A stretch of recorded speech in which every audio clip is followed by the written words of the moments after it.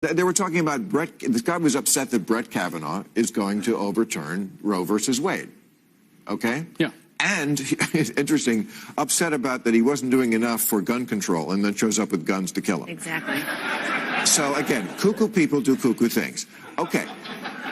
The point is, I think your point, and the point I would agree with is, the New York Times buried this. Yeah, it was like a tiny thing below the fold. If this had been a liberal Supreme Court justice that someone came to kill, it would have been on the front page. And that's what's so disappointing about a paper like the New York Times, because they just wear their bias on their sleeves, and if it's not part of something that feeds our narrative, fuck it. And there are protests in front of Amy Coney Barrett's house, where we all know there are 7 children inside. There are protests in front of all the conservative justice or all the constitutionalist justices' homes. Listen, protesting is a part of democracy. It's our right.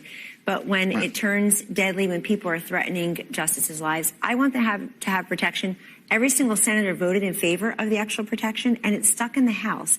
This is the kind of thing that drives America crazy when Washington can't do something as simple as pass the law that we should all agree with just to beef up their security. This is right on the merits. They should pass this law. I think inflation is the #1 thing people are focused on. I don't think this is a huge. You mean not January 6th? No, I think January 6th is important. I agree. It is not going to be a dominant issue in the election campaign. I agree that it's still important. It doesn't mean it shouldn't be. But I think, we also had Steve Scalise, the Republican majority whip, about 4 years ago this week. 4 years ago at a baseball practice by a politically disgruntled man. Yes. I do worry about this, and I think it's related to the perception that a lot of Americans have, where they don't think these institutions are legitimate anymore, and that creates the willingness that certain nutty people have to go and try to take matters into their own hands and shoot people. And I think it's a really worrying trend in our politics. And I agree, it's not solely limited to one side of the aisle. Or the I'm other. so offended, though, that they say Ruth sent us. They say they're doing this on behalf of the late Justice Ruth Bader Ginsburg. The protesters are part of, quote, Ruth sent us. She would have condoned that kind of violence. I agree. One of her best friends was Justice Antonin Scalia.